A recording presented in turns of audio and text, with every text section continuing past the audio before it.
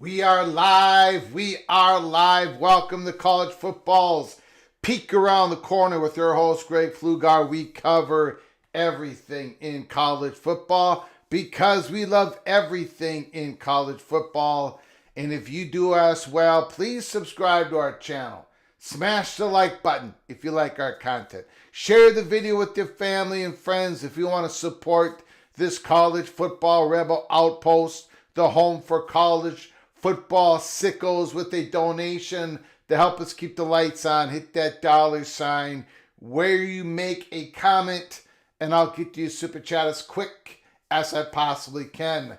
Everybody is welcome into the studio that sits on the corner, the very corner of Keith Jackson Parkway in Kurt Gowdy Avenue. Do not be afraid. Do not be afraid to become a legend.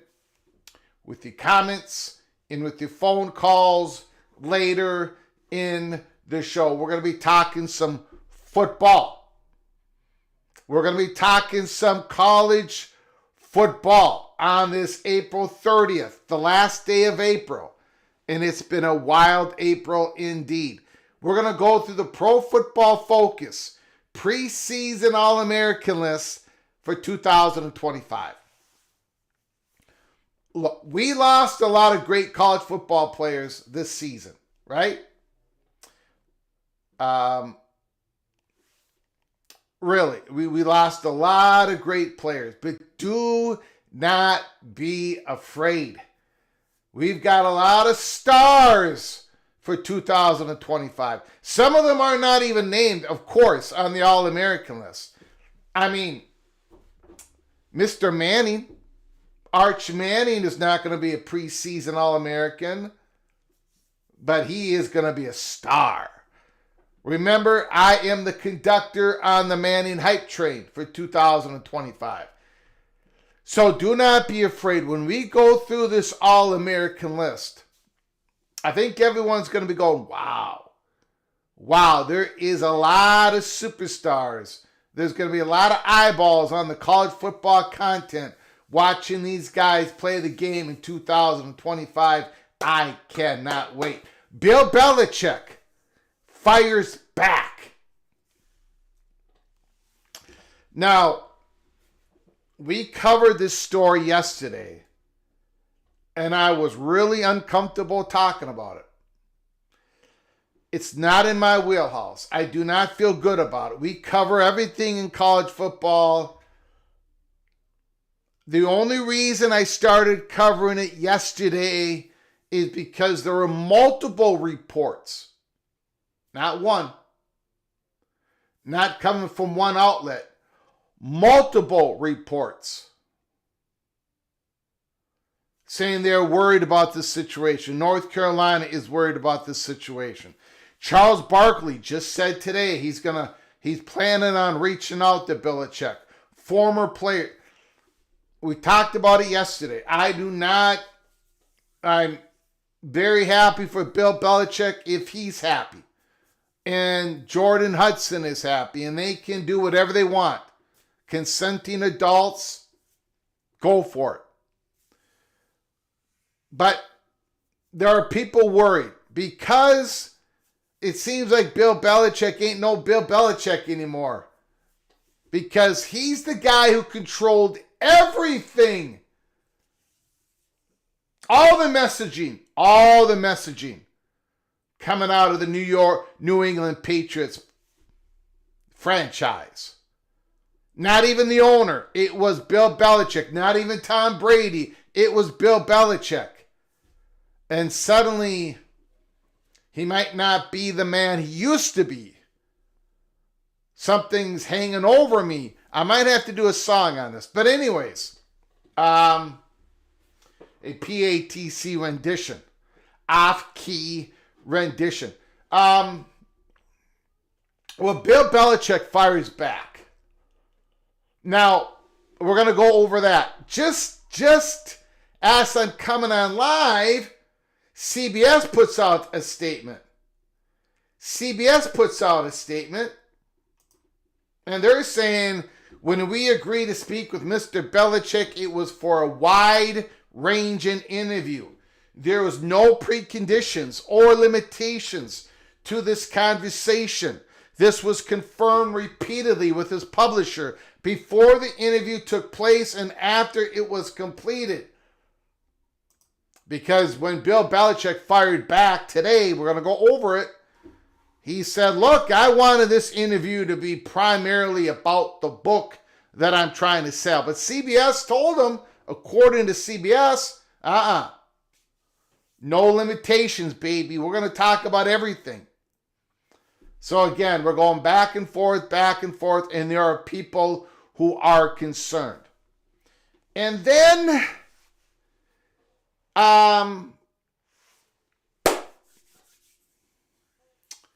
we believe at PATC, we've been talking about these planes that have been in the air, multiple ones, 5 or 6 of them, circling around. They're all ready for the House settlement the official House versus NCAA settlement to finally be approved by the judge. And you've got all these other planes about to land, but they got to wait for that one first. We have reasons to believe, the chatter behind the curtain believes, that Greg Sankey is going to be able to land multiple planes this May. Not one, more than one. No, it doesn't have to do with realignment. That is, as far as we're concerned, at PATC, and there's nothing that we've ever heard to counteract this, that is not imminent. There's a whole lot of things that got to be done, but there's stuff going on. But any official results of that stuff that is going on, that cloak and dagger, we don't believe is imminent. However,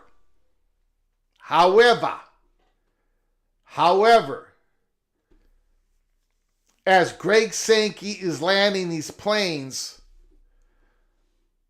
we believe he's thinking about the next ones that are going to be taken off 6-8 months from now. We are going to go through that. There is chatter behind the curtain on one particular decision that we think Greg Sankey is about to make. And we're going to find out about it in the month of May. We did a live show sometime in April. I don't remember in April.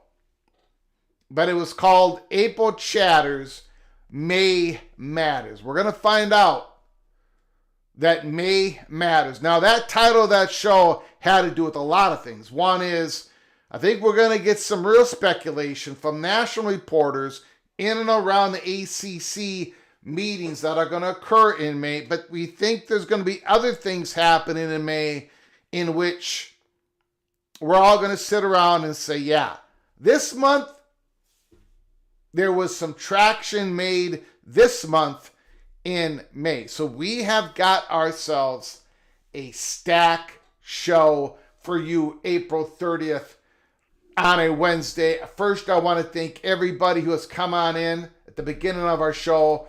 Florida Man, Go Seminoles. LSU Tiger, Ryan Brooks. Big Ears Bo, West Virginia Mountaineer. The Grateful Trojan is in the house. Chad Bracey. The Cornhusker Skaven. Yes. John Graysmith. Dave B is in the house. Dave B is in the house. Daniel Gygax, Caleb Ramirez, Jeff Morgan. Preston from Greensboro. Go Hills. Paul Bond, Northwestern is in the house. Nice to see a Wildcat, Northwestern Wildcats. Paul Bond is here. Chef Mall. Gold Frogs, Omaha, Mick Stevens. I think he's talking about baseball. He may be talking about baseball. Steele Austin is in the house. Larry, the GM, Jonathan Weaver, IOWA, Iowa. Saved by Grace. Hello from Greenwood, South Carolina. Jeff Olson, the Evil Badger, Go Bucky. Mountaineer Memes is in the house. Matt Neeson, Go Cyclones. John is in the house. UVA to the SEC. I can only imagine what Alabama, Georgia, Texas, LSU will do to them. Nick Boardman is in the house. Rod Nix, Ohio Bobcat, Stephen Vitt. Toast is here. Tom DeBay is in the house. As a lifelong Pats fan, UNC should be worried. He had an 83-104 record without Tom Brady. Wow. Coy's in the house. Morris Simmons, Mr. Seminole Gold Nose, 2025, 2027. Richard L. Colorado Buffalo is here. Tumasta is here. Brooklyn Pizza is in the house. The Almighty Finn, Deadeye. Yo, Greg, yo, Deadeye. Another Evil Badger. We got two of them in here. Ryan Willie is in the house. MBM, Mr. Oklahoma State Cowboy. Chef Mall, G Brew, Bob Swanger, CFB Plus. Those planes have nothing to do with realignment. Not in the near term. But it's going to be an indication of something. Pflugar International Airport and Holy Smokes Theater are about to get very busy. Wow. Good way of putting it. Sammy Hammond, is in the house. Hello, Sammy. Hope you're doing well. Okay, here we go. Let's get to it. We've got a stack show. We cannot waste any more time listening to me bark about absolutely nothing. Okay, first of all, let's get this one over with. The Bill Belichick issues statement. Bill Belichick issues a statement defending Jordan Hudson actions during the CBS interview. She was not deflecting any specific question or topic, but simply doing her job to ensure the interview stayed on track. One day after Jordan Hudson promised a statement, Bill Belichick provided just that. In a statement released by the University Media Relations Department, the North Carolina head coach defended his girlfriend's actions during his viral interview on this week's episode of CBS Sunday Morning. At one point in the interview, Hudson interrupted the conversation to shut down a question about her and Belichick, how they met, with TMZ later reporting that she had interfered in the interview on multiple occasions and even stormed off at one point, delaying production. According to the statement attributed to Bill Belichick, CBS had agreed to only focus on his upcoming book. Now, again, at the beginning of this live show, we're going to show it to you again. CBS has come out with a statement, and basically they're saying that is false. CBS did not agree to only focus on his upcoming book, The Art of Winning, Lessons from My Life in Football, for the interview. Bill Belichick defended Hudson's actions by stating that she was just doing her job to ensure the interview stayed on track, and that the false narrative that she was attempting to control the conversation is simply not true.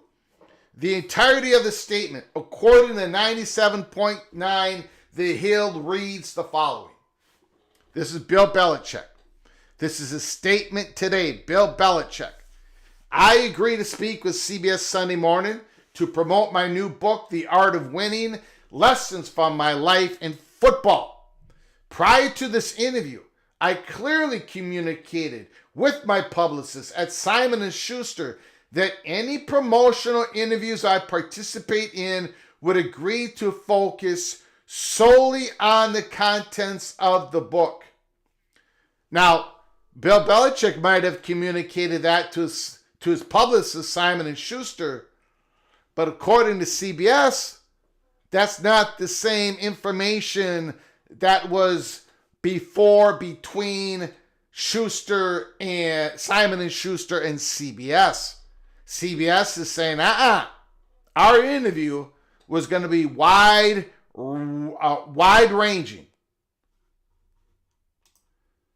Unfortunately, again, Bill Belichick, unfortunately, that expectation was not honored during the interview. I was surprised when unrelated topics were introduced, and I repeatedly expressed that to the reporter and the producers, and I prefer to keep the conversations centered on the book. After this occurred several times, Jordan, with whom I shared both a personal and professional relationship, stepped in to reiterate that point to help refocus the discussion. She was not deflecting any specific question or topic, but simply doing her job. Her job. What is her job? Does she have a contract with UNC? Does she have a contract with Bill Belichick? Simply to do her job to ensure the interview stayed on track. Some of the clips make it appear as though we were avoiding the questions of how we met. But we have been open about the fact that Jordan and I met on a flight to Palm Beach in 2021. And as I said yesterday, I don't care how they met. And I'm happy for them. If they're happy, I'm happy. But then the only reason we're covering this is because people at North Carolina are starting to worry, according to multiple reports. The final 8-minute segment, again, this is Bill Belichick firing back today, does not reflect the productive 35-minute conversation we had, which covered a wide range of topics related to my career.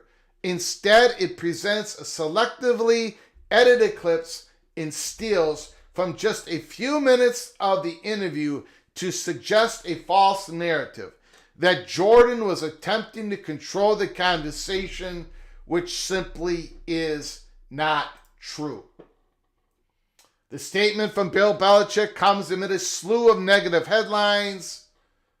The Athletic reported that Hudson was instrumental in stopping an HBO Hard Knocks series focused on the Tar Heels while identifying herself as the chief operating officer of Belichick Productions, which doesn't appear to have any official business records. It was also previously reported that Belichick has asked at least one UNC staffer to copy Hudson on emails, despite her not being employed by the university. And finally, if nothing else, Belichick's statement provides the first official confirmation that the 73-year-old head coach relationship with Hudson is both personal and professional. Still, plenty of questions remain, including how involved Hudson is with North Carolina program, despite not being employed by the school, and how qualified she is for any of these roles. And that's, if we're going to, I don't know how much more we're going to cover this here at Peek Around the Corner. We're not going to cover the relationship part of it. We're going to cover the relationship between UNC and Bill Belichick.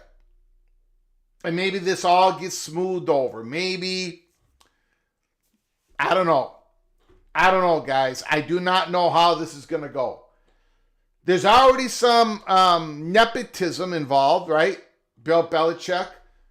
He's got his son as a coordinator, qualified coordinator.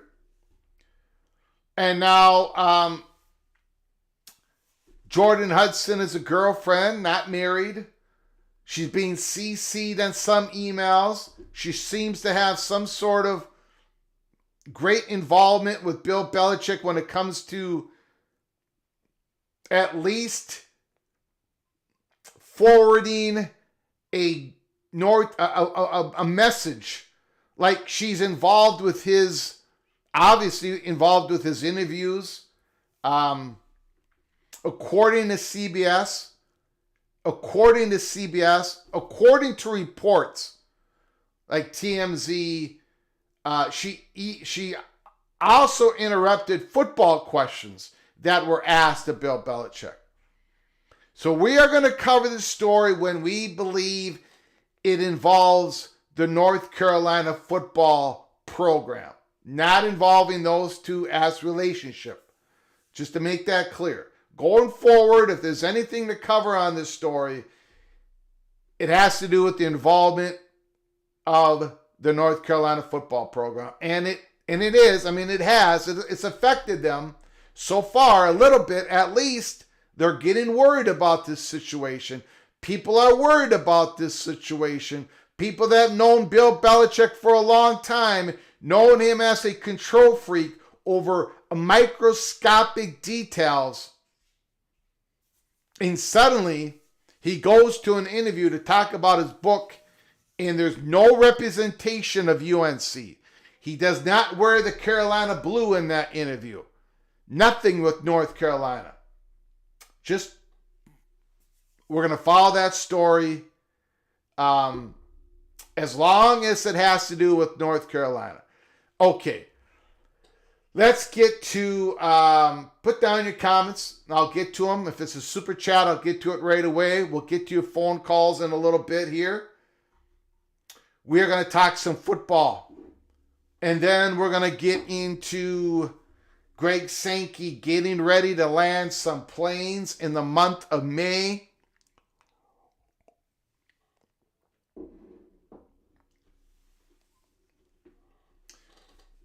PFF's Preseason 2025 All-American team. Cade Klubnik, Jeremiah Smith, and more. Here we go. Preseason All-American team for the 2025 season. Quarterback, Cade Klubnik. I would agree. Put down your comments or let me know on a phone call. I think you got to put Cade Klubnik as number one. There's a lot of other good quarterbacks. Out there. But I think he's got to be the number one. The way he finished off last season. There might not have been a more improved quarterback in college football than Klubnik this past season. Cade Klubnik.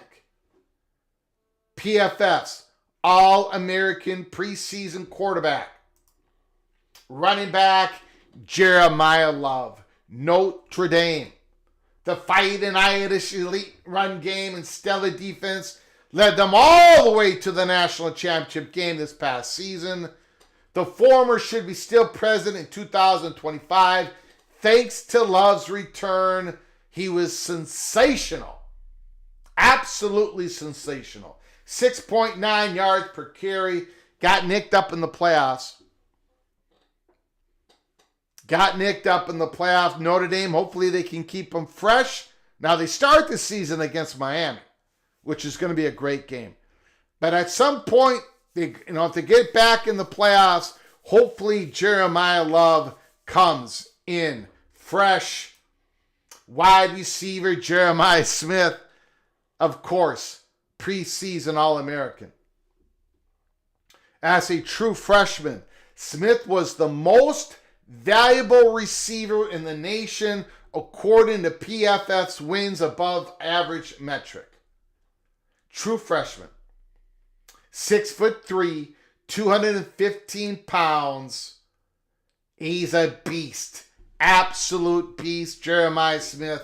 Everybody's going to have Jeremiah Smith as a Heisman, one of the Heisman favorites, and of course, preseason All-American.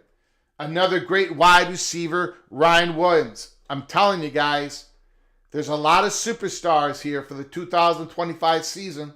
A lot of them. It's going to be one hell of a football year. Ryan Williams, Alabama. Sensational. Former top 5 recruits, 865 receiving yards. But Alabama, Ryan Williams, he's a freak. Elite speed, body control. He was just 17 years old last year for all of his freshman season. Ryan Williams is going to take a big leap. All-American. Eli Stowers, Vanderbilt. He was recruited as a quarterback, transferred from New Mexico State. Pro Football Focus thinks this man is going to go do big things with Diego Pavia at Vanderbilt. Tight end All-American. Jordan Tyson, wide receiver flex, they're calling it PFF. Arizona State, another great player who was nicked up before the playoffs, obviously. But guess what? Sam Levitt's coming back. Jordan Tyson is going to be his main target. He is going to put up some big numbers. Tyson, preseason All-American, Arizona State Sun Devil. Left tackle, preseason All-American, Caden Proctor, Alabama. Proctor was tasked with protecting Jalen Milroe's blind side, and now it's going to be Ty Simpson, most likely. He took his lumps as a true freshman, but last year he had a stellar season. 8th among SEC tackles. Graded out. The Iowa native have a 90.4 pass blocking grade, with only one pressure allowed and 96 pass blocking snaps. Caden Proctor, preseason All-American. Left guard, Missouri. The Tigers, Kaden Green. The Tigers left guard was one of 6 Power 4 guards this past season who earned a 75 plus grade as a pass blocker and as a run blocker. Across 676 career pass blocking snaps, Green has only allowed 1 sack. Kaden Green, left guard, preseason All-American. Jake Slaughter, center, Florida Gators. Slaughter was the only Power 4 center with an 80-plus grade, both as a pass blocker and as a run blocker. Jake Slaughter, Florida Gators, preseason All-American. Right guard, Reed Adams, Texas A&M, dominated in his first year with the Aggies. Among Power 4 guards, the Kansas transfer was second to only Willie Lumpkin in PFF grade, run blocking grade, in our wins above average metric. 6'5", 330 pounds, Reed Adams, Texas A&M. 2025 PFF preseason All-American, right tackle Spencer Fano, Utah Utes, led all FBS tackles with a 93.0 grade this past season as a true sophomore. As a right tackle, true sophomore, he led all FBS tackles with a 93.0 grade. That's pretty good. That's pretty good. All-American, preseason All-American, Utah Utes. Interior defender, we've talked about Mr. Peter Woods quite a bit already in the offseason. Woods spent the majority of his sophomore year playing out of position. As we've talked about, they're moving him inside. They had him out on the outside last year, but they're going to have him inside. Woods, Peter Woods is an absolute stud. Clemson, preseason All-American. Zane Durant, we watched him in the playoffs last year. Dominant. Durant lived in the opposing backfields last year. Absolutely. Both as a pass rusher and a run defender. He led all FBS interior defenders with 14 tackles for loss or no gain in 24, while his 28 pressures were a top 25 mark in the nation. Zane Durant, Penn State Nittany Lions, preseason All-American. Edge defender, we've talked a lot about Mr. Colin Simmons. One of the reasons I've got Texas winning it all, got them beating Clemson. I might change that in August. But for now, I got the Longhorns winning it all. One of the big reasons is Colin Simmons. He came in with a ton of hype. He was the 6th most valuable edge defender in the nation, wins above metric last year.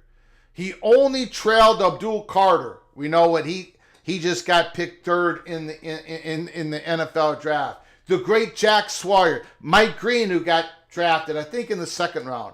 Stewart, JT, holy smokes.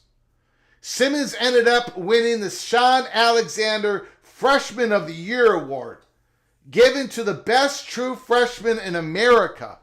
Colin Simmons is a beast.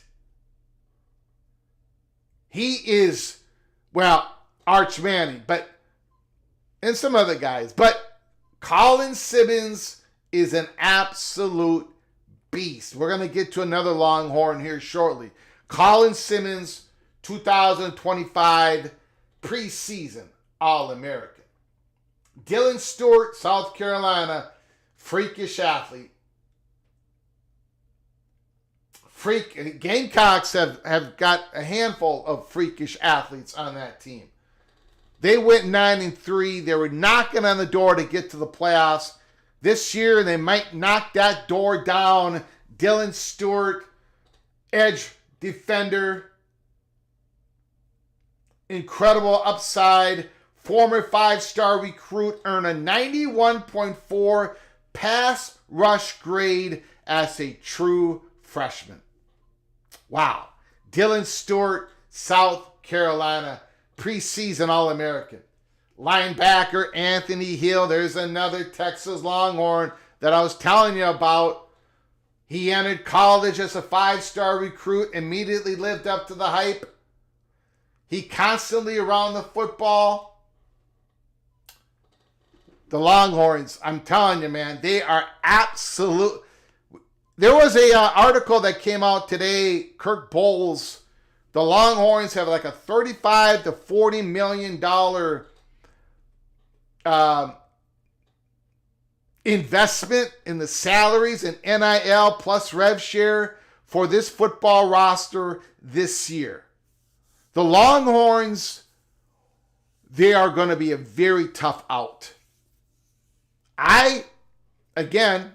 Look, I might be embarrassed. I might be the biggest joke on the planet because I'm the conductor of the Manning hype train. If Manning is who I think he is, Texas is going to be who I think they are, the 2025 national champions. And that gets 99% of you all upset. But I got to tell you, man, Texas is absolutely loaded. Turian York, Texas A&M, linebacker, leading all returning Power 4 linebackers with 59 run defense stops since 2023, 235 pounds, excellent tackler, York, All-American. Cornerback Leonard Moore. Now, we had Leonard Moore was one of those guys when we did watch parties, and we did a couple of Notre Dame watch parties. Number 15. He was number 15. He popped out of the screen. The opposing quarterback could not complete a pass against this true freshman, Leonard Moore. He was that dominant. I mean, this guy was an absolute stud, superstar, as if true freshman. There is no way that he cannot be a preseason All-American. I mean, we talked about Leonard Moore constantly the second half of last year during the playoffs. Just an incredible football player. Leonard Moore, true freshman last year, third most valuable corner in all of college football. Jahdae Barron and Travis Hunter were the only guys ahead of him. Travis Hunter was drafted number 2 overall. Barron was a first-round draft pick, I believe. The great Texas Longhorn. And then it's Leonard Moore, a true freshman. That's how incredible Leonard Moore was. Remember the name, Leonard Moore, Notre Dame Fighting Irish, preseason All-American. Jermod McCoy, Tennessee. Another guy who truly led Tennessee. Dylan Sampson, McCoy. Sampson is off to the NFL. McCoy is going to dominate college football for another year. The current favorite to be the top corner selected in the 2026 NFL draft. McCoy was a lockdown player for the Volunteers. Look, the Volunteers are going to have a good defense this year as well.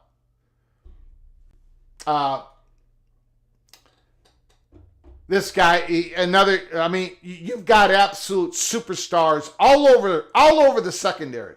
Leonard Moore, Jermon McCoy, and don't forget about the great safeties. Caleb Downs, Ohio State Buckeyes, preseason All-American. Transferred from Alabama last year. The most valuable safety in college football over the past 2 seasons. Caleb Downs is the real deal, Holyfield. Wow. An incredible, versatile player.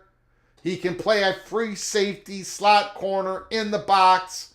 Caleb Downs, preseason All-American. And, of course, Coy Perch, my beloved Minnesota Golden Gophers. Doubles down as a dangerous return man. He's going to play some offense. The true freshman had 5 interceptions this past season. He only trailed Xavier Watts among FBS safeties. He's an absolute superstar. Gophers are fortunate to have him. And then D'Angelo Pons. Flex, secondary, Indiana Hoosiers, the first guy off the bus. 5'9", 170 pounds, but that has not kept him from performing like one of the nation's best corners in each of his first 2 seasons. D'Angelo Pons, he came from James Madison. There is your preseason All-American team, Pro Football Focus, loaded with superstars. McCoy, Leonard Moore in the secondary, Jeremiah Love, the running back, Caleb Klubnik, Mr. Woods. A lot of great players on that All-American list. A lot of great players not on that list. Let me know who should have been on that list in the comment section or with your phone calls. I'm glad you're picking Texas, so now we don't have to worry about Texas winning it at all. For whatever reason, you guys still have not gotten the message. It's not Greg the Cooler this year. It's Greg the Goal.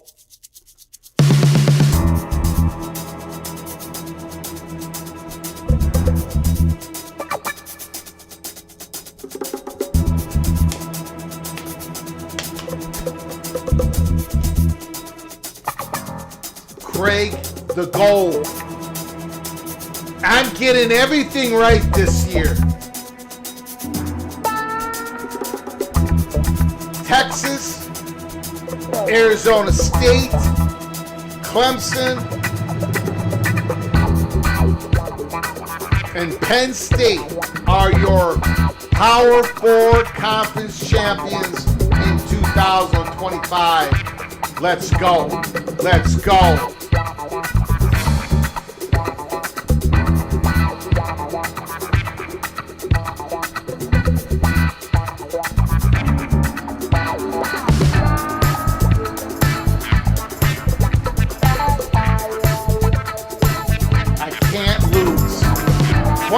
I can't lose.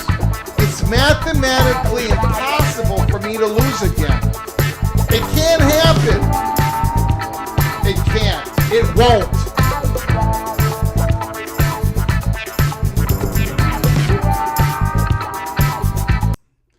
All right. Okay.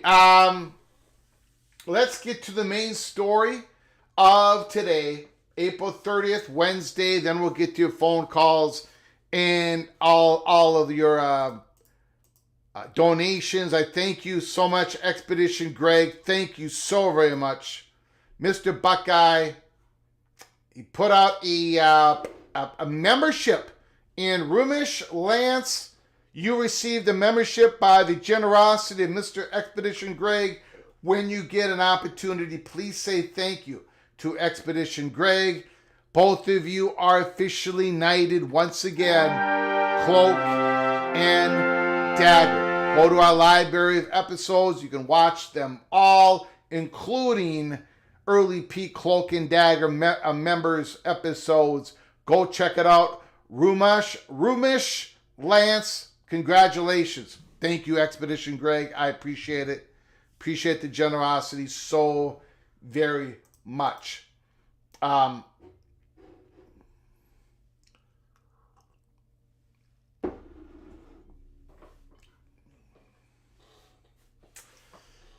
Okay.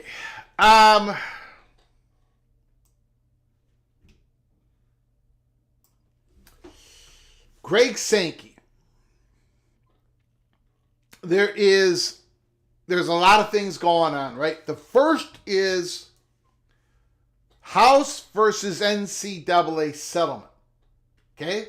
House versus NCAA settlement. That's got to get done. Before anything else, we've been talking about it for months. That has to get done. I mean, that has to get done before pretty much any decisions are made. Forget about Greg Sankey. Think about the decisions that the Big 12 are trying to make right now in regards to a private capital deal. Remember, the last public report was your mark. He was getting close to making a final decision, and Redbird Capital had basically the lead among 3 private capitals that gave their final bids to the Big 12. That was weeks ago. And it was weeks ago, in that report, it said the decision should come within weeks. The decision has not come. We had public reports on Tony Petitti trying to figure out if he got his last round of bids on some sort of private capital or some sort of the banks. They called these banks that were trying to get in, private capital firms. They were bidding on taking over the operations of some Big Ten events, not live sport competitive content, but some other events.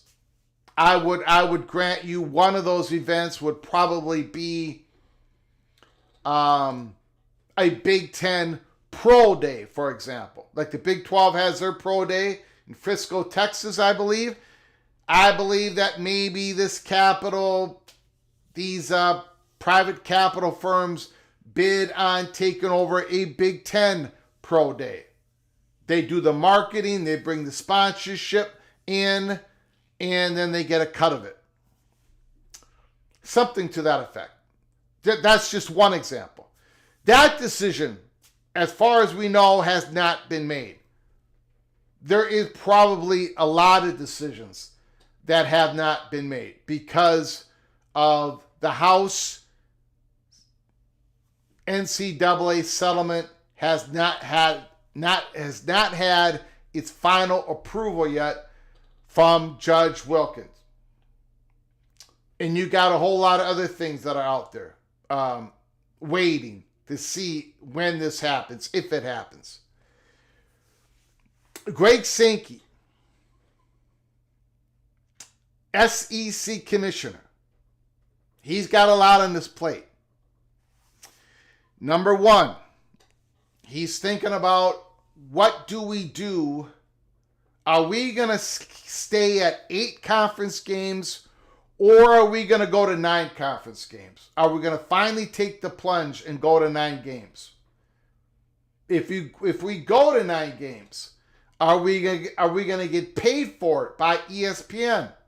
If we go to 9 games, are we going to then go to a crossover game with the Big Ten, non-conference crossover? If we go to 9 games, what about the college football playoff format?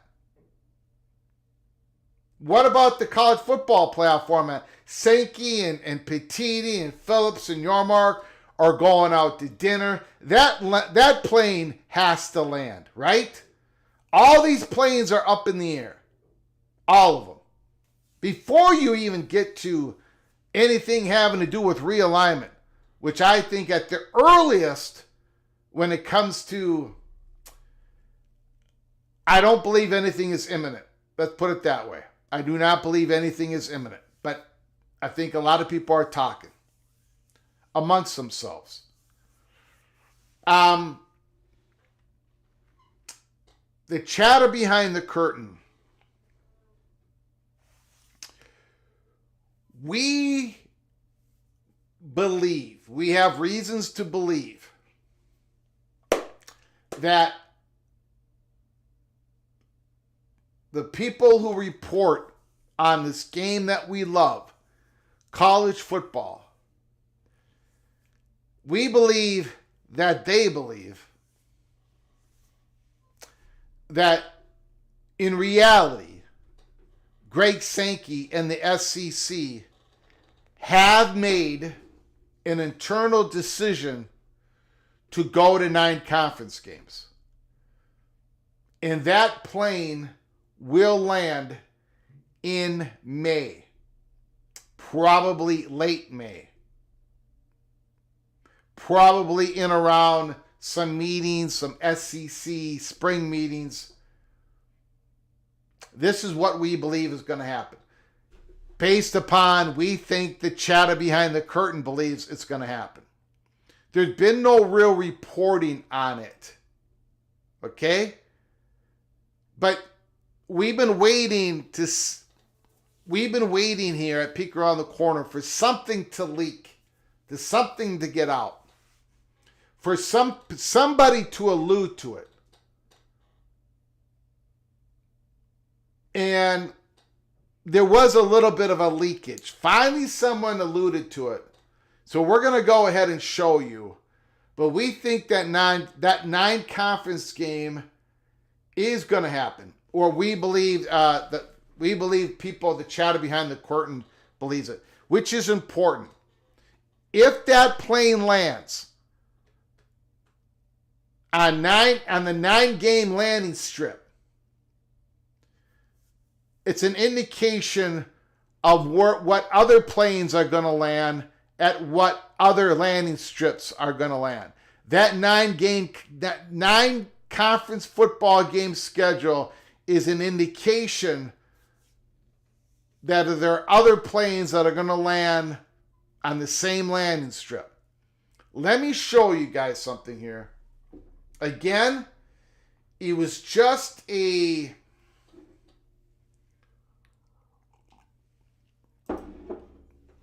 This was a few days... No, this was yesterday. Boy, I thought it happened a couple of days ago. The future of the SEC scheduling may ride on college football playoff decision on automatic bids. We will get to that plane next. Hint, hint. Wink, wink. Nod, nod. But we're gonna go backwards here. Okay? I'm gonna take this. I'm gonna take it a little bit of a different angle to this. Andy Staples, the future of the SEC scheduling may ride on the college football playoff decision on automatic bids, and I agree.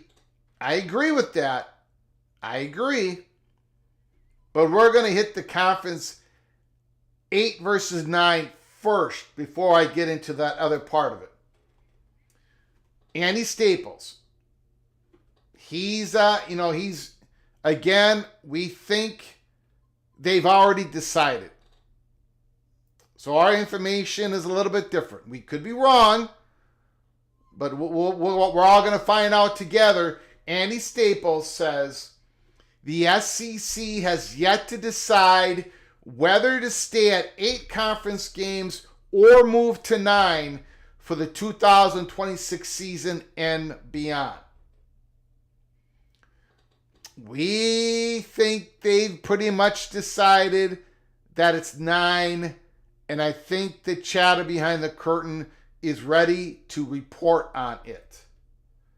The college football playoff is yet to decide on the final format for the 26th season and beyond. In both cases, the clock is ticking loudly. The resolution of one should heavily influence the resolution of the other. We agree at PATC. Automatic bids in the next CFP format would be more likely to prompt the SEC to move to 9 conference games. We at PATC agree.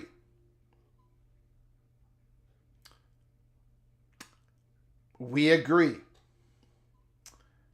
And I'll just,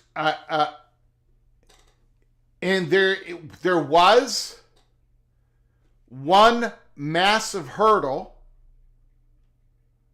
in front of Sankey and the SEC presidents to move the 9 conference games that had nothing to do with the college football playoff format. It had to do with something else, and that hurdle has been removed according to chatter behind the curtain. And we're going to get to that here in a moment. Back to the article. If the CFP leaves the choice of the teams mostly in the hands of the selection committee, a 9-game conference schedule becomes a much tougher sell, even to schools that previously supported adding the 9th game.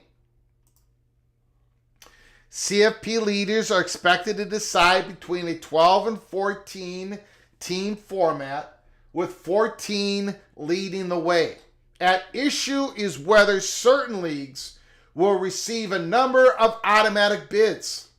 One proposal is for a 14-team format with 4 spots each reserved for the Big Ten and SEC, 2 spots each for the ACC in the Big 12, 1 spot for the highest-ranked champ of the other leagues, and 1 at-large spot. The selection committee would still decide the order in which the teams are ranked in any automatic bid format.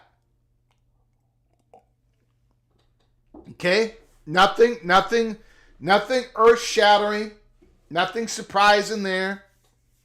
That's the proposal that has gotten the most publicized. It might not be the proposal that they settle on. We happen to think it is here at PATC.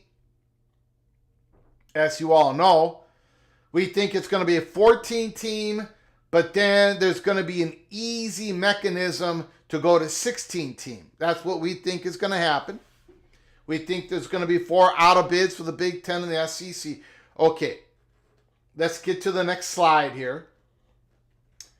The SEC schedule debate has raged for so long that the points of disagreement has shifted multiple times. When discussions first emerged shortly after the pandemic, it pitted schools that wanted more diverse home schedules to increase ticket sales against schools that wanted the freedom to create easier schedules so their teams had a smoother path to bowl eligibility.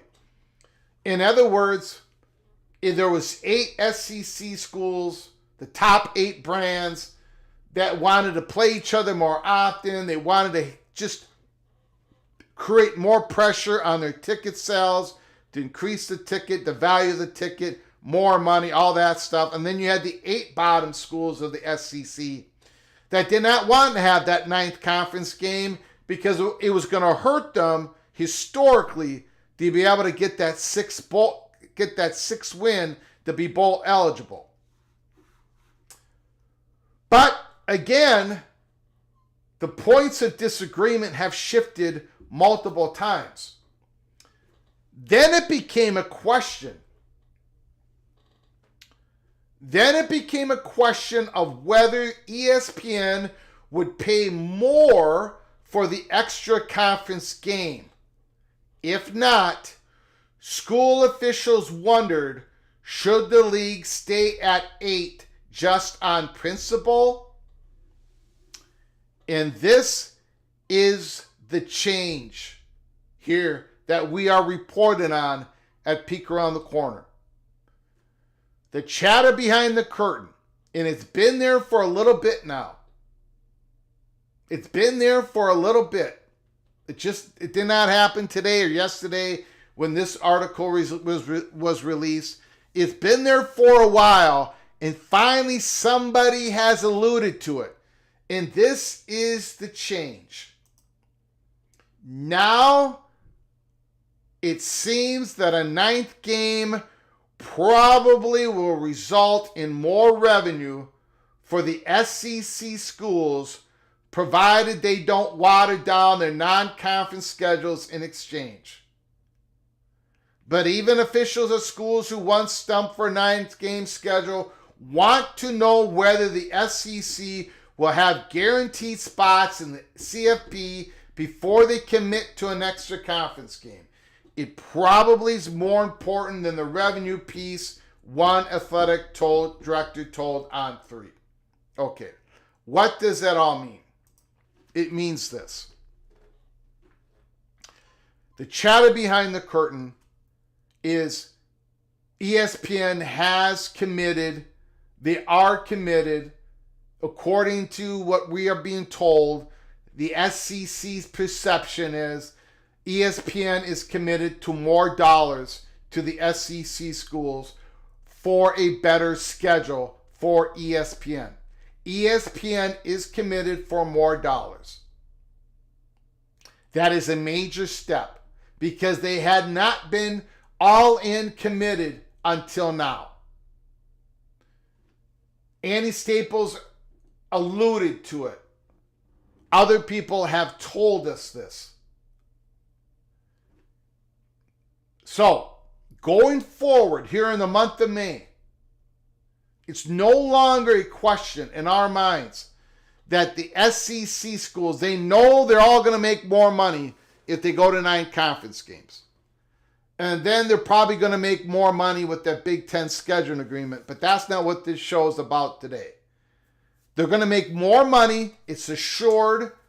At least that's what we've been told. Andy Staples alluded to it. So, they will go to that 9th conference game if they get those automatic bids. What is happening here is there is now more incentive driving the SEC to push basically for the same thing that the Big Ten are.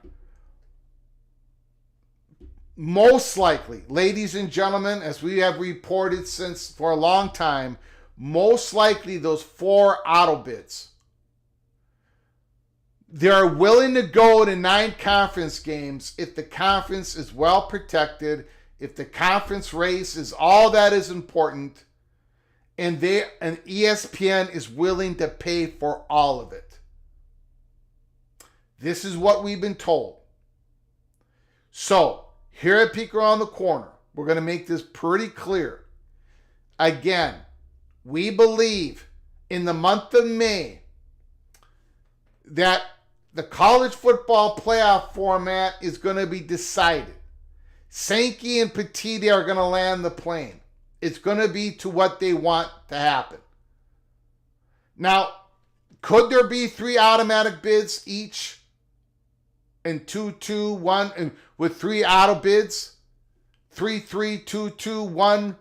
No, 1-3. Excuse me, 3-3-2-2-1-3. Yes, I suppose that could happen.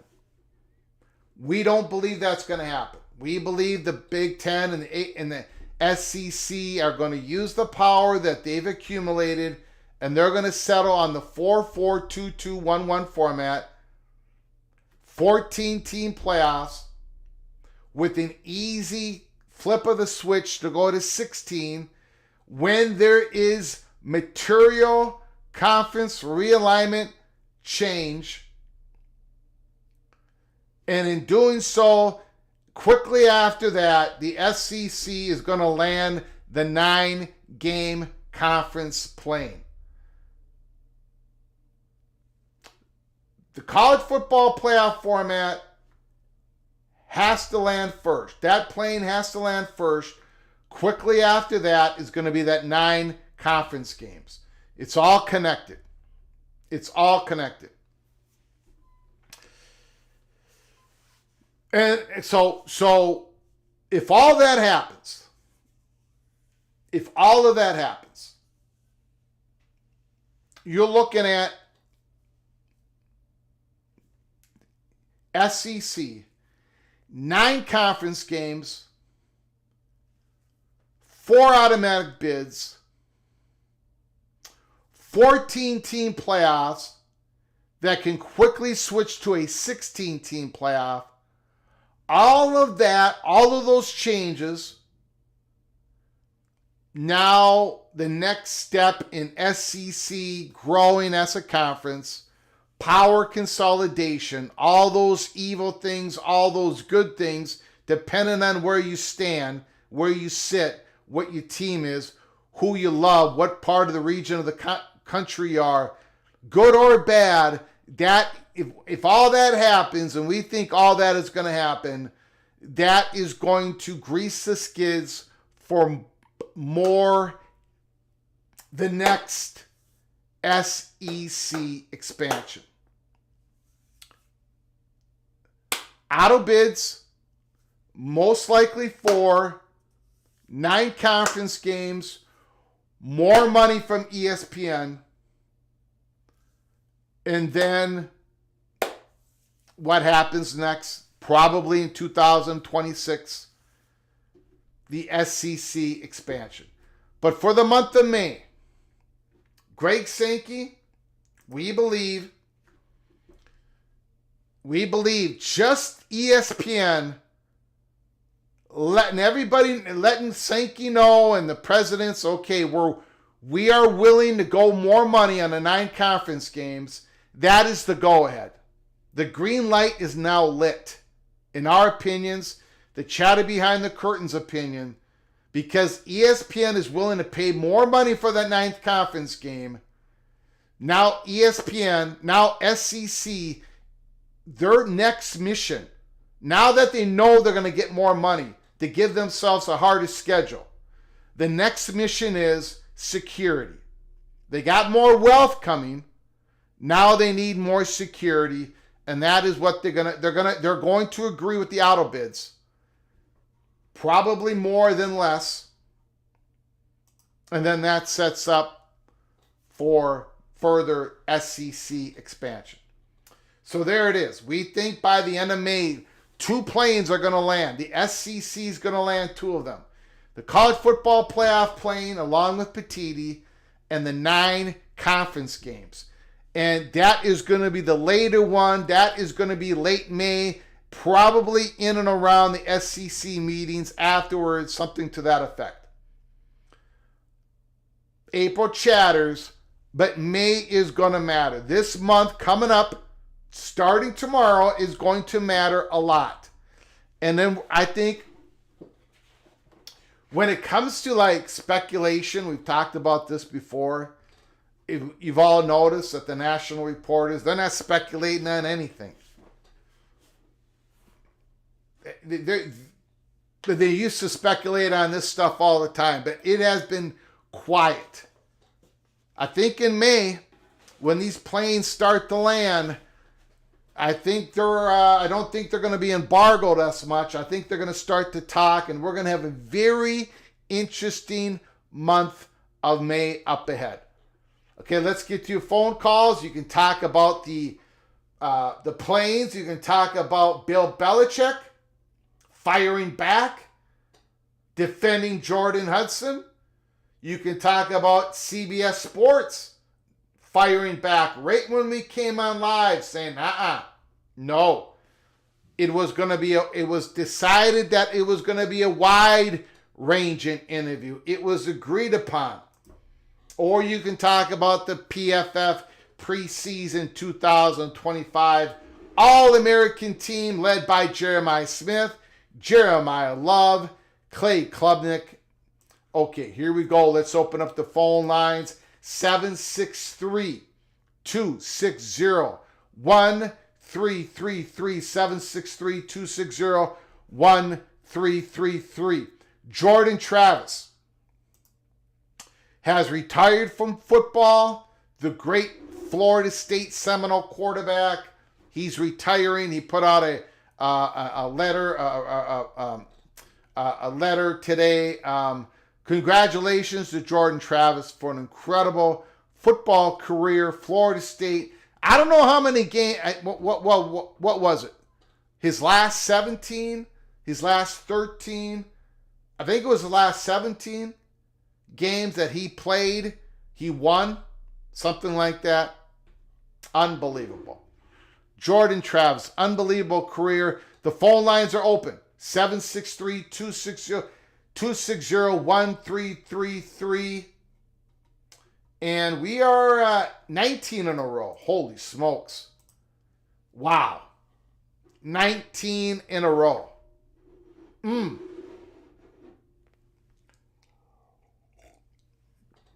You Laker fans out there, you Los Angeles Laker fans out there, how you feeling tonight?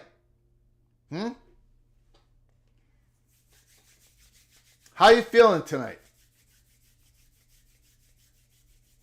The Lakers are going to get eliminated out of the playoffs in Tinseltown, USA. How about them apples? Huh? Anthony Edwards, Jaden McDaniels, Julius Randle. You're talking about Jordan Travis winning 19 games in a row, starting quarterback Florida State. That's an incredible statistic. That was unbelievable. Do you know all the last 30 Minnesota Timberwolves basketball games? No. That's not. Julius Randle. The last 30 games that Julius Randle has played in for the Minnesota Timberwolves, Minnesota is 25-5. 25-5. And he's playing tonight, baby. He's playing tonight. Call from Chris Kenny. Chris Kenny, thanks for calling. I appreciate it. The floor is yours. Hi, Greg. Can you hear me okay? I sure can. How are you doing, sir? I'm doing very well. It's been a little while, but I've been listening to your shows, and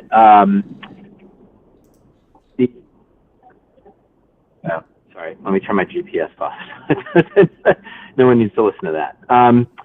No, I wanted to call in and just very briefly remind everybody who crushed Northwestern, crushed Vanderbilt, said they had no business being in their leagues that they're in, they're going to get kicked out or they're going to get left behind, or these knuckleheads I've never heard of from War Chant who say, who cares what the Northwestern president thinks? This is all about TV viewership and spreadsheets and all the rest. Yeah. The point you made yesterday, I believe it was yesterday, is the point that I've been making all along. The Big Ten and the SEC both want wealthy schools in wealthy areas. Northwestern is not going anywhere. It's a wealthy school in the third biggest city in the United States. Vanderbilt is a wealthy school in one of the fastest growing cities in America. They're not going anywhere. In fact, those leagues are going to try to get other schools that are like Northwestern and Vanderbilt. And you're right, it's not going to be Harvard. It's not going to be Johns Hopkins, moving up to FBS football. But what it is going to mean is schools like North Carolina and schools like Virginia are going to be at a premium. Schools like Miami, obviously Notre Dame, but Stanford and Duke are right there. And depending on how big these leagues get, there's very much an opportunity for those schools to get in. Georgia Tech is a very well-resourced, large endowment school in a booming market. There's a reason that they are attractive to the Big Ten. And I think that your insights yesterday, I hope, will convince people finally that these Super League message board fantasies are fantasies, and that what's driving a lot of this realignment is a little bit different than what's driven it in the past. But that doesn't mean that schools like Florida State and Clemson have no home. Obviously they will, but that by the same token, schools that look a little bit different and might have more value today than they might have had in a prior round of realignment are nonetheless valuable. That value is legitimate. And while it may be hard to accept for schools that don't fit that profile, to say, well, why not us, doesn't make it any less true. So I was encouraged and happy to hear what you had to say yesterday, because I think it's kind of how I've felt, for quite a long time. I wanted to make a point, though. One of the callers yesterday I think both of the callers yesterday talked about, can North Carolina bring this school? Can North Carolina bring along that school because they've got leverage and this and that? And I think it's an interesting question, but I think it's part of a larger discussion that kind of gets at your point about the wealthy schools in the wealthy areas. You talked about student apocalypse and enrollment cliff and demographics and all that, and I think those trends are real. Obviously, maybe the terms seem a little hyper exaggerated, but they're real, right? It's not it maybe sound like hyperbole, but they're real. But I think that they're symptoms even of a larger kind of phenomenon going on, which is way beyond athletics and is more focused on higher education as a whole, which again, wealthy schools in wealthy areas. There's a cleavage that's already starting to emerge, and I think is going to get more and more pronounced as time goes on. There are going to be winners and there are going to be losers, and there's going to be a right sizing of a lot of the losers in higher education in the next 15 or 20 years. And I don't think it's an accident that the Big Ten is using its longtime historical advantages to become a lot more like the SEC, and investing in football, using that to recruit students from outside of their geographic area, right? The greater Midwest is largely stagnant demographically, so they've got to expand. The SEC is using its advantages to become a lot more like the Big Ten.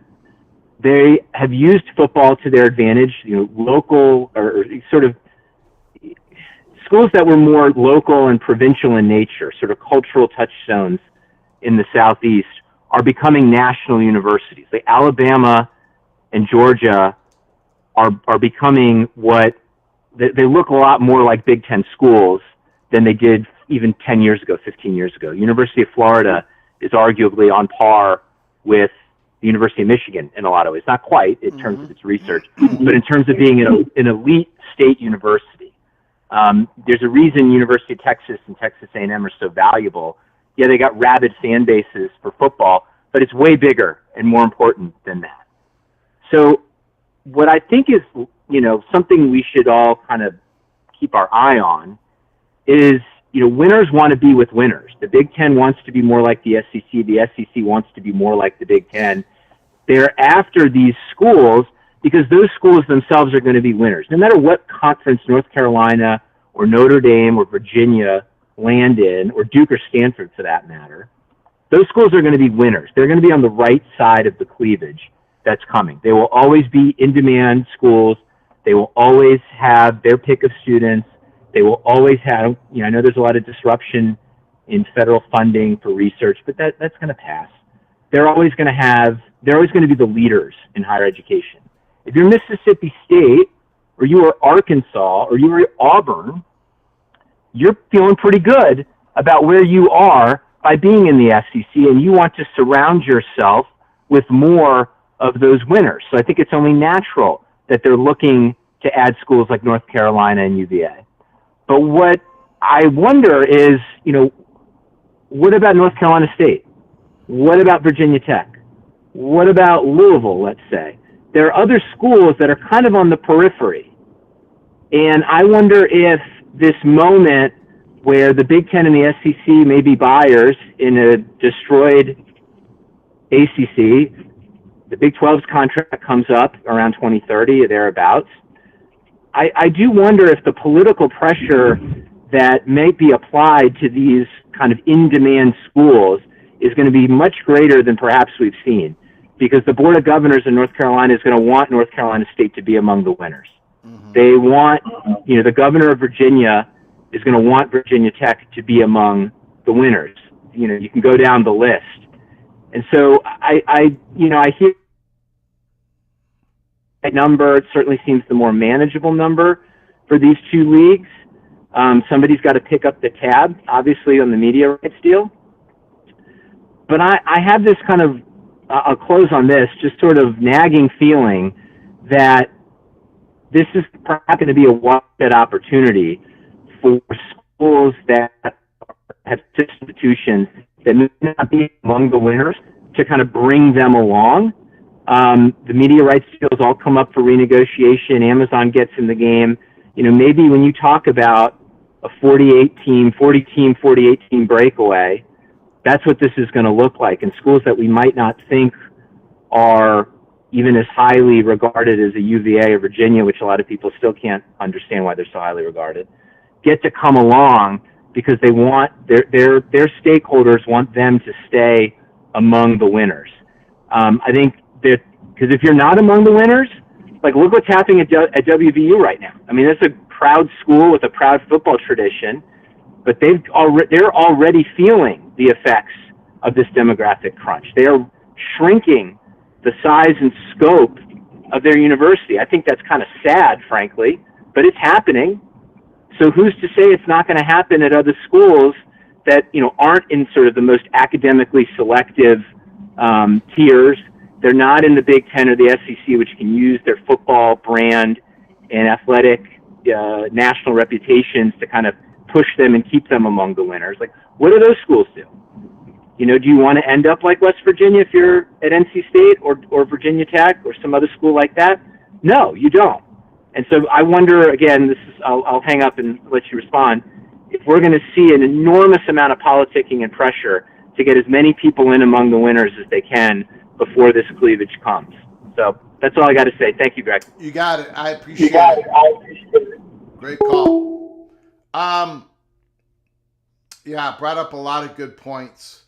And I don't have the answer. I mean, I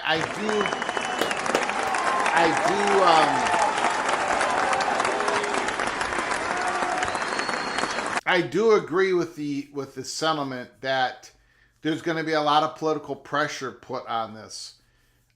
There's going to be pressure put on making sure that North Carolina State's going to be in a good spot. Virginia Tech's going to be in a good spot. And those are just two examples. And I don't know what's going to happen. I don't like, I haven't really even speculated on that. What would happen after the first targets, when we get resolution on the first targets, which is North Carolina and probably Virginia with them. Notre Dame, and then we get to the next, the Florida State, Clemson. How does that play out? And then then I'll get into the other stuff because there's just so many variables before we get to Virginia Tech and North Carolina State. You talk about the cleavage coming down, and there are universities that are going to survive and thrive, and then there's other universities that are going to take a step back and maybe have to go backwards a little bit. They're also looking at schools that can take a cleavage shot to where how do I say this?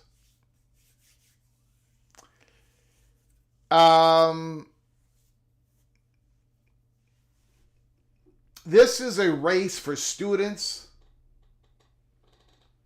I would disagree. It's not all about just football.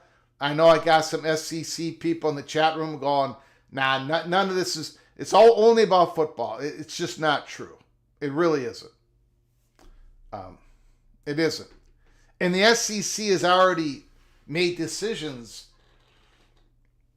No offense to Missouri, but Missouri was not a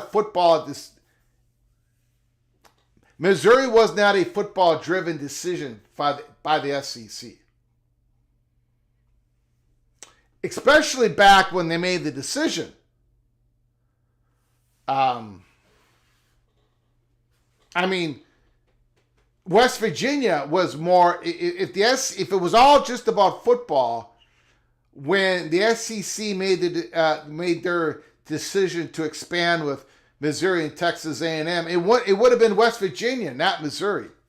So it isn't just about football, football. There are other things that the SEC is considering. It's under consideration.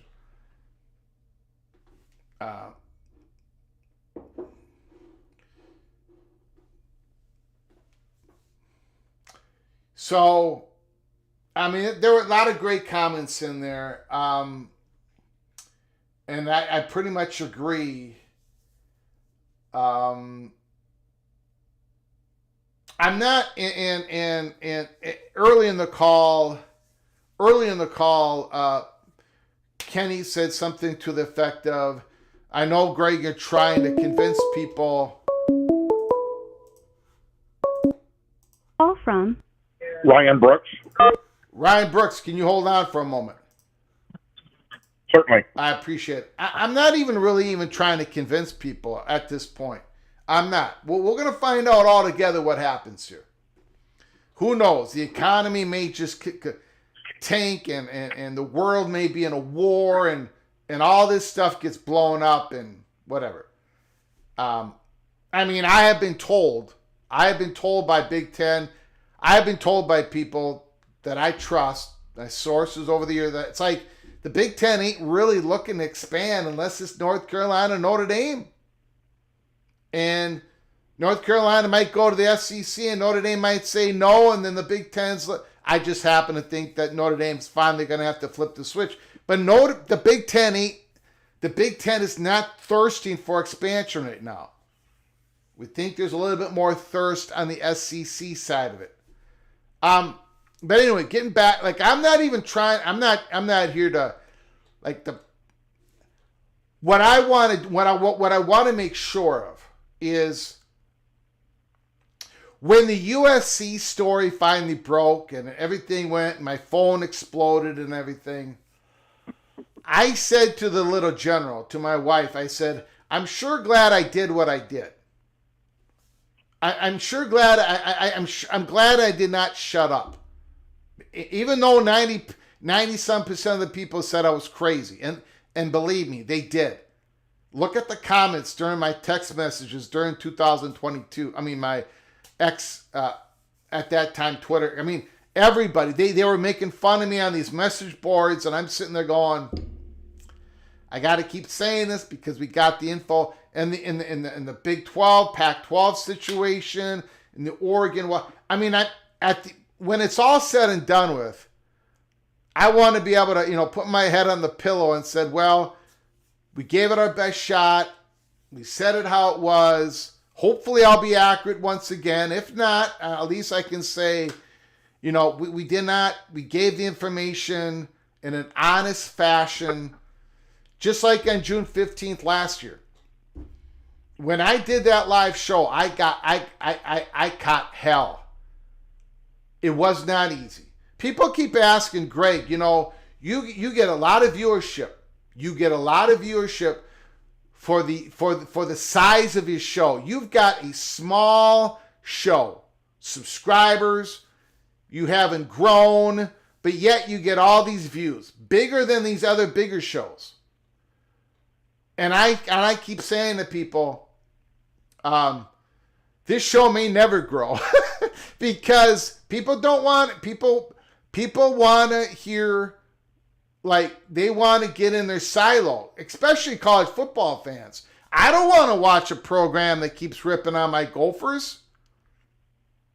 But but myself, I can't do a Gopher show. I can't do a Big Ten show. I got to do a national show, and I got to tell you guys how it is from what I am hearing. And I bring a lot of bad news for a lot of people. Even when I predict your team to win, people think it's bad news. So this show ain't never going to grow. I'm so humbled that you guys will watch. I'm so glad the people that we got here, for whatever reason, the people in the PATC family, like the guy on the phone right now, Ryan Brooks, you all are cut a little differently.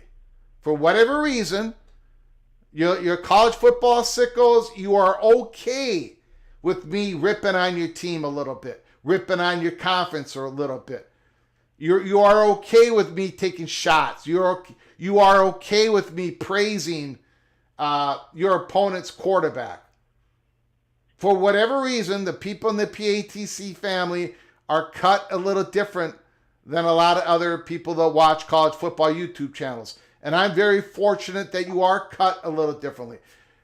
So I'm just saying, I'm not real. I don't sit here and try to convince. I'm trying to give you guys what I've heard, and a lot of times, if you've noticed, since 2022, it was well before that, but 2022 when we started this, if you notice, what we say on this show is a lot different than what other shows are saying.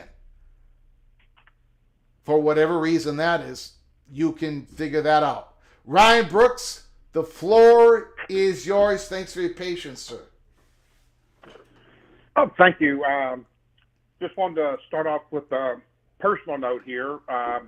Didn't really follow up with it last week, but now you have a birthday in common with my brand new son last Wednesday. Oh, yes. April 23rd. So a new baby tiger. And I think it came from when you said I shouldn't have gone on date night in the Holy Smokes Theater, but just saying. Beautiful. And thank you to everybody in the audience who sent their comments and everything for congratulations as well. But I came to your show speaking about your fan base and the community here from Gold and Blue.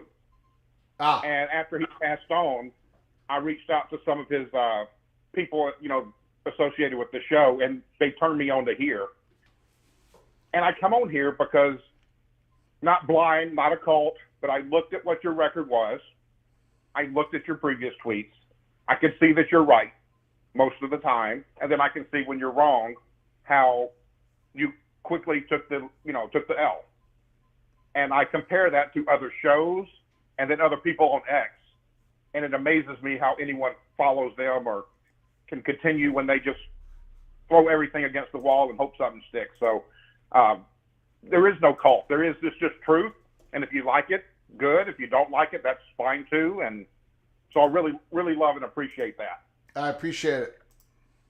The one thing I have, and you may not want to go down in the rabbit hole this deep just yet, is I believe the ACC will implode, as you probably do as well. Yeah. And I don't think it's going to go all the way down to zero, sort of like the Pac-12.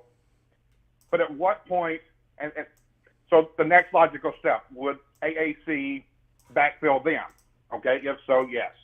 Move on there. Well, then who backfills the AAC? Conference USA. At what point, because to come up from FCS, the prices went up. At what point are we looking at a conference just completely going away? And it makes me wonder if this playoff format 4-4-2-2, 1, would it go 4-4-3 if the Big 12, gets enough there, or will it stay 4-4-2 because the new setup and the new payout structure in the ACC might make it to where it's not worthwhile for Louisville or a team that would be destined for the Big 12 to go there, since they're going to be getting the lion's share of the remaining ACC. Just curious if you want to comment or weigh in on any of that.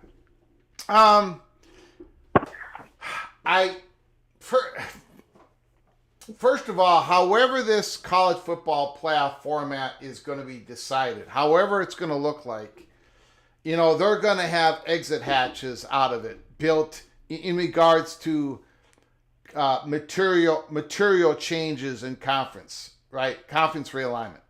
If it happens, when it happens, it's going to give an opening to be able to change the playoff format in regards to auto bids and stuff.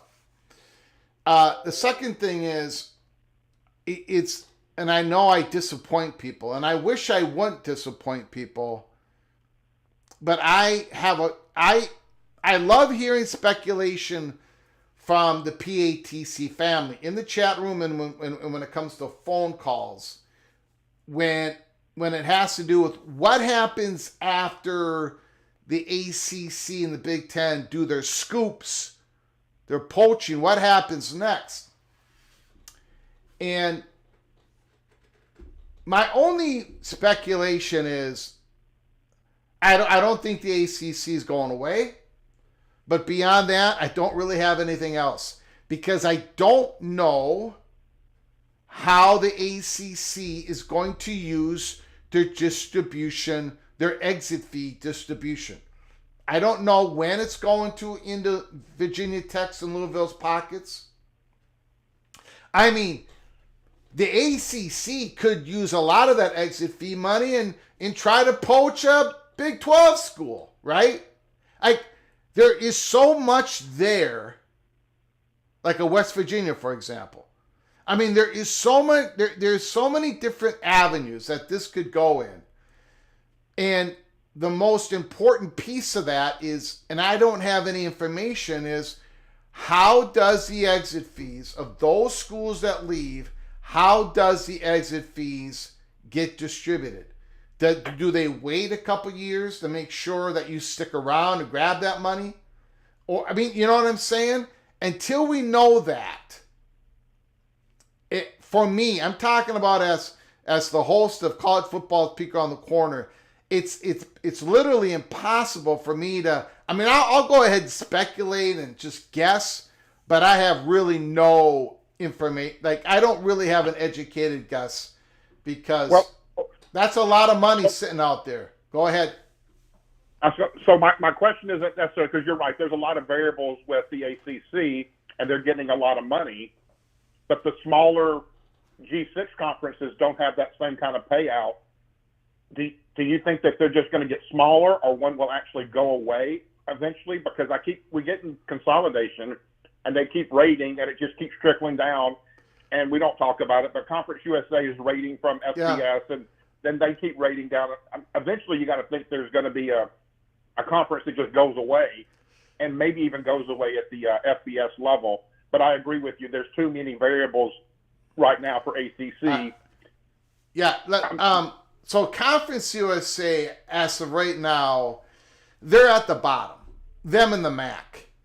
But the MAC is an island onto its... Well, they just lost Northern Illinois, which does not help the MAC at all.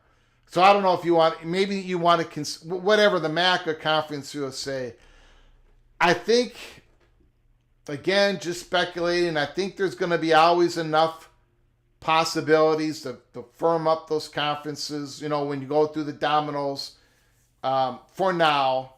But then the FCS is, I mean, if a North Dakota State, a South Dakota State ever land in the MAC or in the Mountain West, boy, the FCS is going to hurt. You know, their number one league is going to be shattered in value, and then you're going to have a whole bunch of conference realignment in that.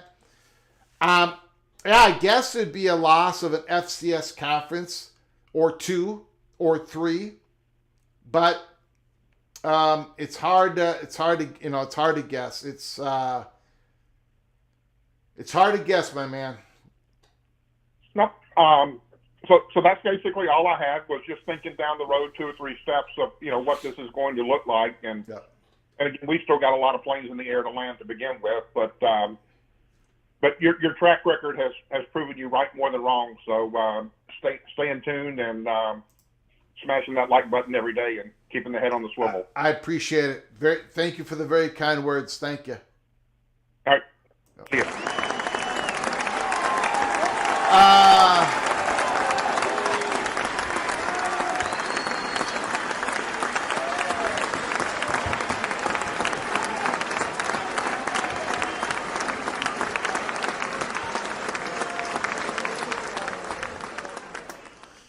Ryan Willie, Halliburton's dad, is a disgrace for taunting Giannis after his son hit the winning shot. Thank you, Ryan Willie, for your super chat, for your generosity once again. I very much appreciate it. That was bad. That was really bad. You can't be running out. You cannot be running out on the court showing I don't know if a lot of you have heard, but yeah, that was bad. That was really bad. He's going to get, I don't know what's going to happen. I don't know what the punishment's going to be. There's going to be some NBA punishment on the father, Halliburton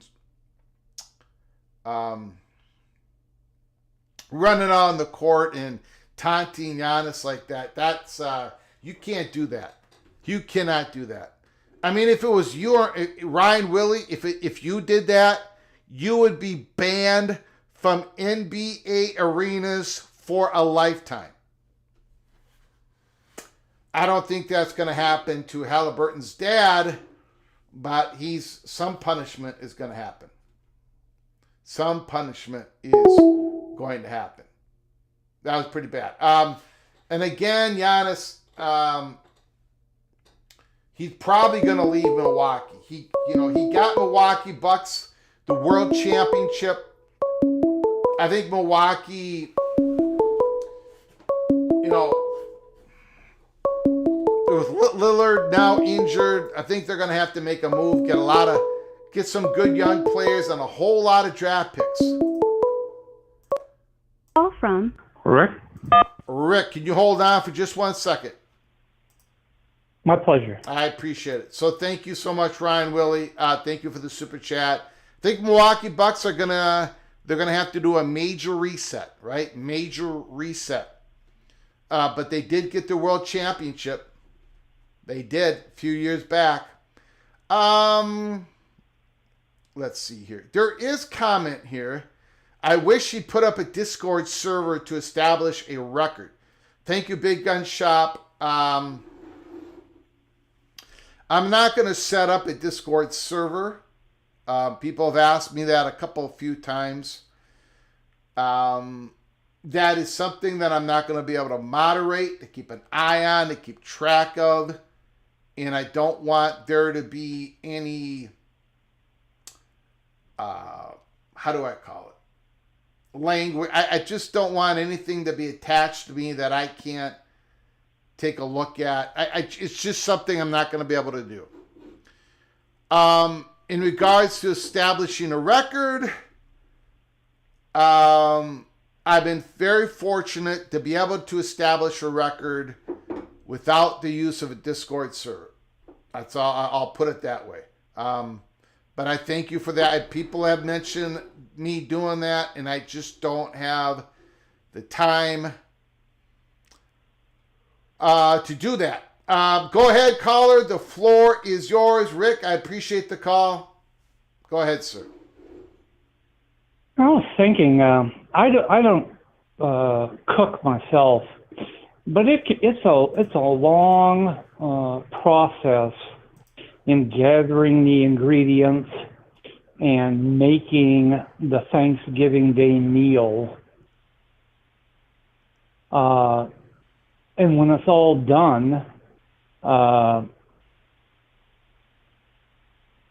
there's no hesitation in those getting ready to eat and consuming it. Although it can be hard to find people to do the dirty dishes. Mm-hmm.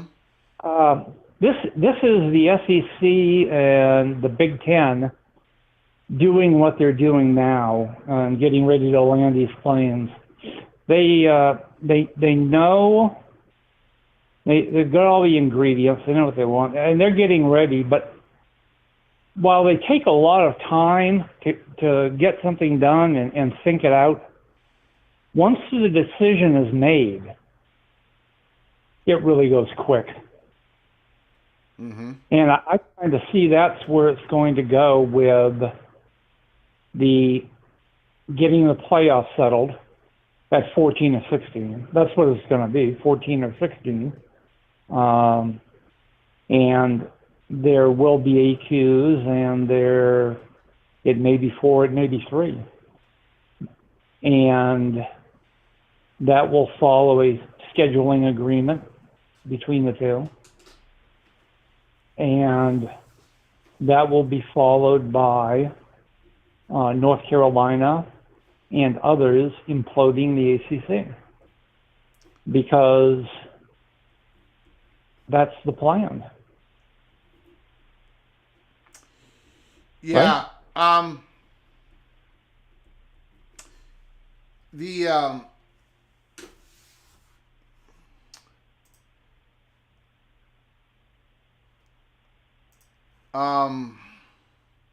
I mean, we wanted this a couple of months ago, but they took their time. They got attorney advisement.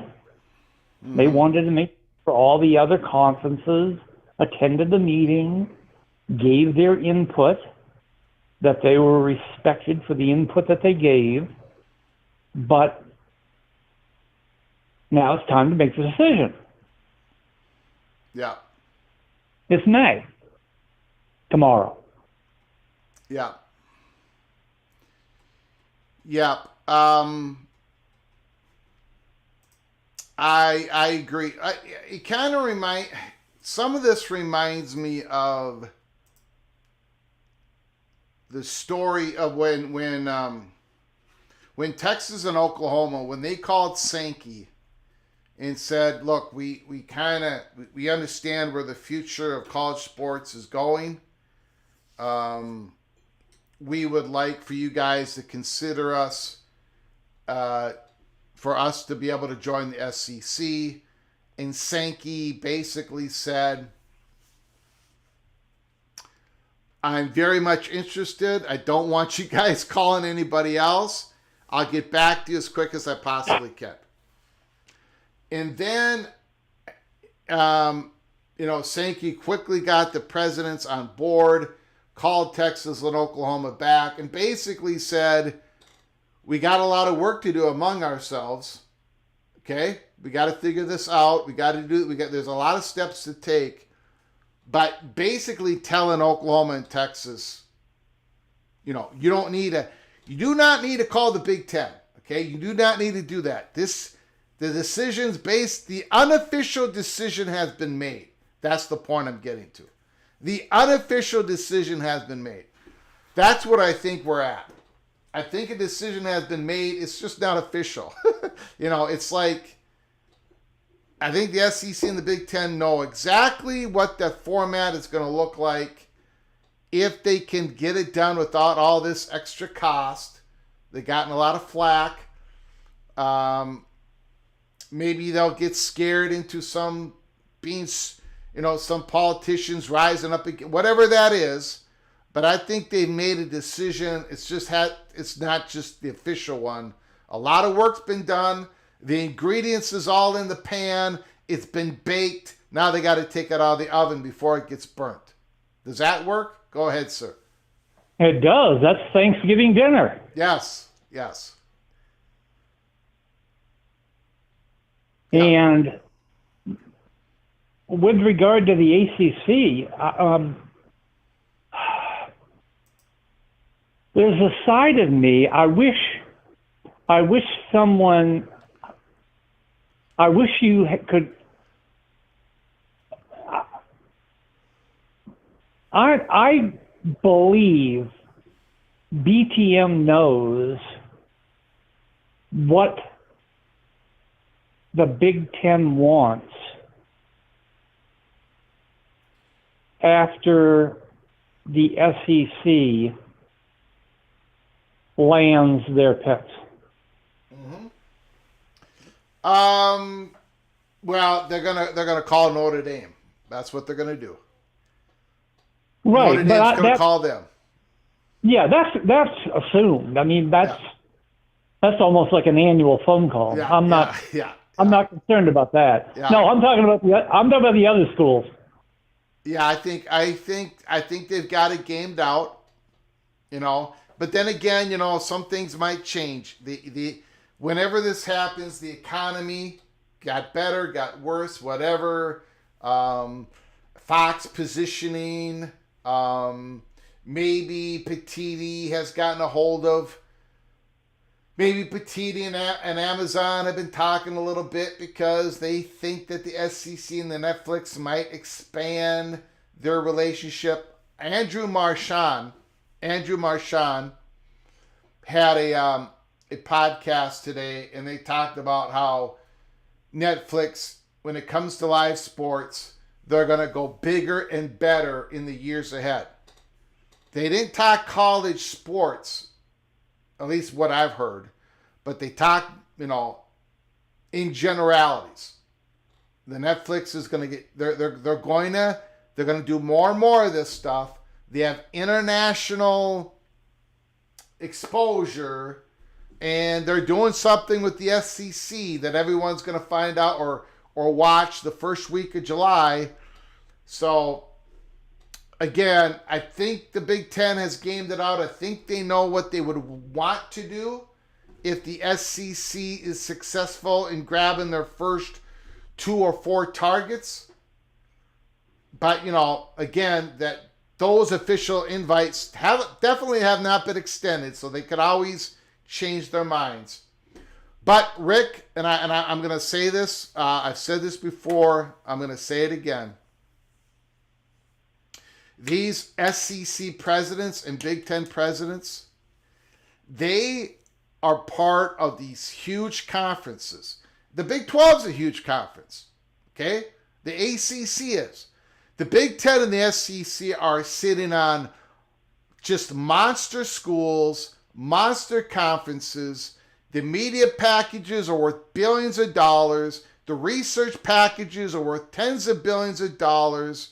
They're huge monsters.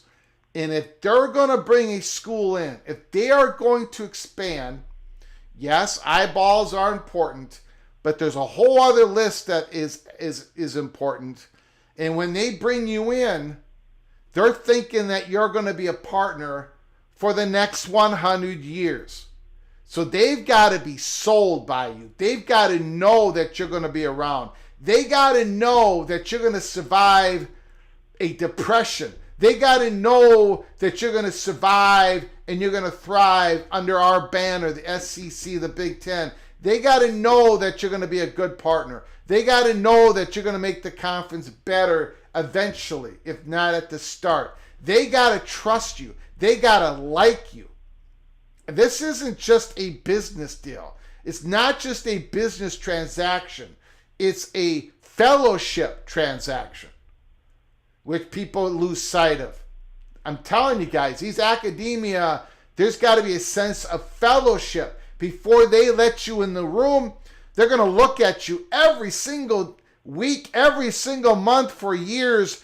They've got to trust you. They got to want you to be part of them.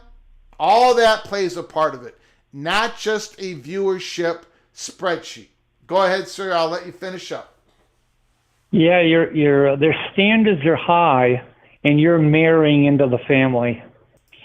Yeah, that's what's happening. Yep. Yep.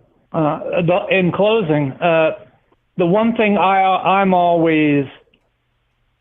have mixed emotions on it personally, but I think it's a big factor that the Big Ten took on in landing Notre Dame. And that's, number one, NBC, but maybe more importantly, Peacock. Mm-hmm. Peacock goes a long way to assist with scheduling other games in the Big Ten. Mm-hmm. Thanks for your time. You got it. I appreciate it. Very good call.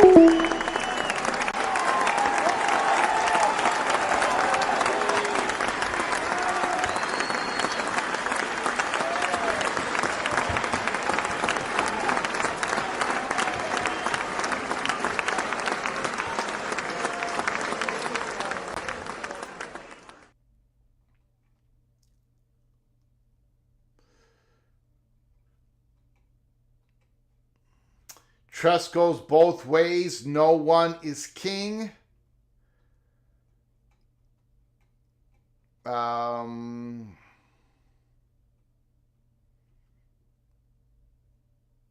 Breeze in Georgia, North Carolina going to step into the SEC and immediately become mid. I'm so tired of waiting on North Carolina. Secret agent, serious note, I will always root for the current members of the Big 12, no matter what happens. Even Utah. Maybe. Red Raider, secret agent. Florida State's got the dynamite for ACC destruction, the almighty Finn. Don Scruggs, the Big Ten sucks. Secret agent, I love Big 12 football.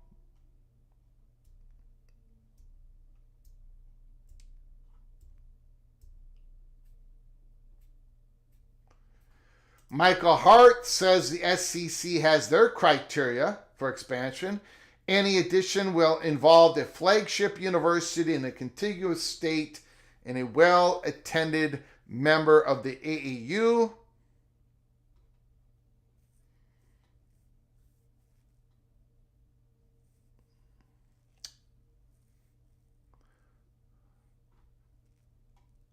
Big 12 football is boring, J Math. I don't think any football is boring. Am I the only person who watches Big 10, SEC, Big 12, and ACC? Am I the only person who watches all this stuff? Am I that sick? Am I the only person?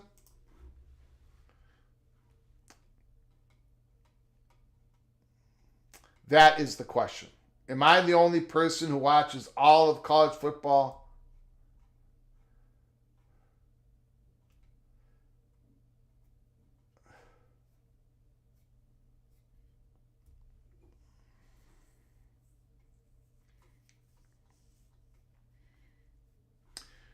Virginia's total enrollment is not that large. They are selective. Virginia's got an endowment of like $14 billion. Studzilla, thank you so much. Greg, I'm guilty for watching games from noon to midnight every Saturday. Thank you so much. I'm glad I'm not the only sicko. Opie, thank you. Hell no, I watch everything, including MAC, WAC, CUSA, Conference USA. Thank you so much. Thank you, Jansen Roberts. I was getting scared. Bob Swanger, thank you so much. I was hoping I wasn't the only one who watches everything college football. By the way, if you're new to the channel or if you haven't done so yet, please hit the subscribe button and turn on your notifications. We can come on live at any time. It's going to be a wild month of May. It's going to be wild. May matters. That's the tagline. May matters. The ball is going to move forward on the future of college football in the month of May. And we're going to be talking more football. Today we did it. We got the Pro Football Focus preseason All-American team. We talked about it today. Preseason 2025. We talked about Bill Belichick firing back. We talked about the latest chatter behind the curtain when it comes to Greg Sankey landing his planes. If you missed it all, go back to the start of our live show and watch it. College football's peek around the corner. We cover everything nationally, everything in college football because we love everything in college football. I appreciate the donations. Let's see here. We've got a couple donations. Expedition Greg and Ryan Willie, thank you guys so much for helping us keep the lights on. I appreciate all the comments in the comment section and the wonderful phone calls that you've given us once again. Appreciate the kind words, John. Thank you so very much. Jose, appreciate it. Appreciate it so very much. Until next time, from all of us at College Football's Peek Around the Corner, to all of you, please, you all take great care of each other. Thank you so very much.